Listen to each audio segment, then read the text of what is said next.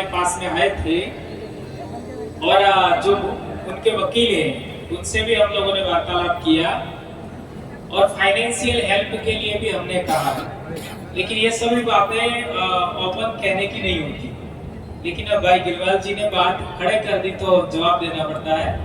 तो वो सब बात हो चुकी है, लेकिन कोर्ट प्रोसेस है ना। देश में रूल ऑफ लॉ चल रहा है और मध्य प्रदेश के साथियों को मैं कहना चाहूंगा कि देश में जो रूल ऑफ लॉ चल रहा है उसका कदर करें, तो ये सारी परेशानियां नहीं आएंगी। और हमारी तरफ से जो भी फाइनेंशियल हेल्प होगी वो हम लोग का करने के लिए हम बोल चुके हैं। इसको लेकर के 20 दिन हो गया।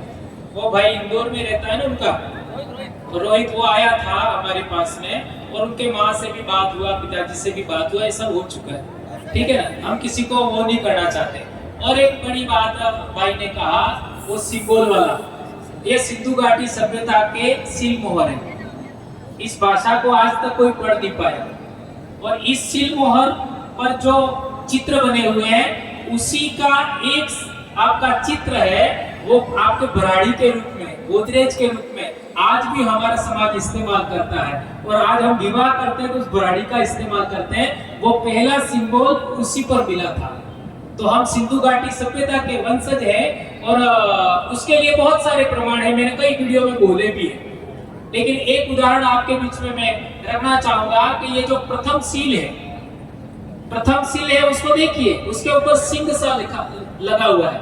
आज हम लोग, जब मेरी शादी हुई थी आज से 25 साल पहले, अभी मेरा 25वां साल चल रहा है विवाह का, तो हमारा जो हम लोग शादी किया था तब हमारे ऐसे ही तुर्रे लगाते थे ऊपर, है ना, ऐसे ही तुर्रे लगाते थे जैसे सील मोहर पर है ना, ऐसे ही तुर्रे लगाते थे। लेकिन आजकल लोगों ने ये सब छोड़ दिया, तो हम हमारे कल्चर की ओर ही लौट रहे हैं। तो इसको लेकर के बात हम लोगों को समझना चाहिए।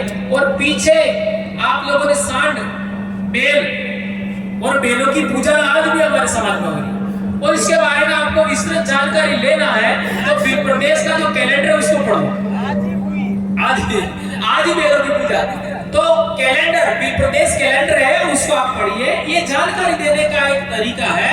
और पहली बात तो ध्यान रखिए, हम लोग समाज को जोड़ने के चरण में चल रहे हैं अभी, और किसी भी साथी के साथ में कोई अनहोनी ना हो, इसलिए अनुशासन, मेरा ये मैं लिख के लाया था, उसमें पहली बात ही अनुशासन थी।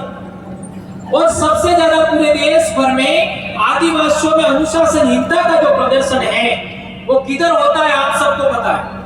ये कमल जी सर भी कह रहे थे अभी कि हम बीमारी से लड़ने के बजाय बीमारों से लड़ते हैं, एक दूसरे की टांग खिंचाई। अभी पूरे देश भर में कोई संगठन साथ आने के लिए तैयार नहीं था। हमने 30 संगठनों को जोड़ने का प्लान बनाया और वो सभी लोगों ने एक्सेप्ट किया। तो आप लोग भी साथ में आइएगा। आने वाले समय में हम लोग ये चाहेंगे कि किसी भी तरीके से हम लोग ऐसा कोई काम नहीं करें जो लॉ के विरुद्ध में चले। रूल ऑफ लॉ इंडिया में चल रहा है, उसके बाहर हम लोग ना जाए, ये बात कहना चाहता हूं, क्योंकि बातें बहुत सारी होगी। लेकिन हम लोग कहीं पर भी अभी एक और चीज हम लोग कर रहे हैं वो भी बताना जरूरी है। ऑल इंडिया में कहीं पर भी कोई घटना घटेगी, आज से कह रहा हूं, वो बात निर्णय लेने का है 13 जुलाई को राजस्थान में सारे देश भर के संगठन आएंगे।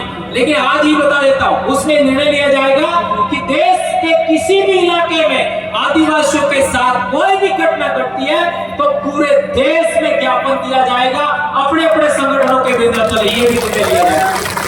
वो 30 संगठनों का अलायंस बन गया है और मैं चाहूंगा कि आप लोग भी आइएगा, लेकिन लेटर पेड वालों को हम एक्सेप्ट नहीं करेंगे। कुछ समझ में आया? धन्यवाद।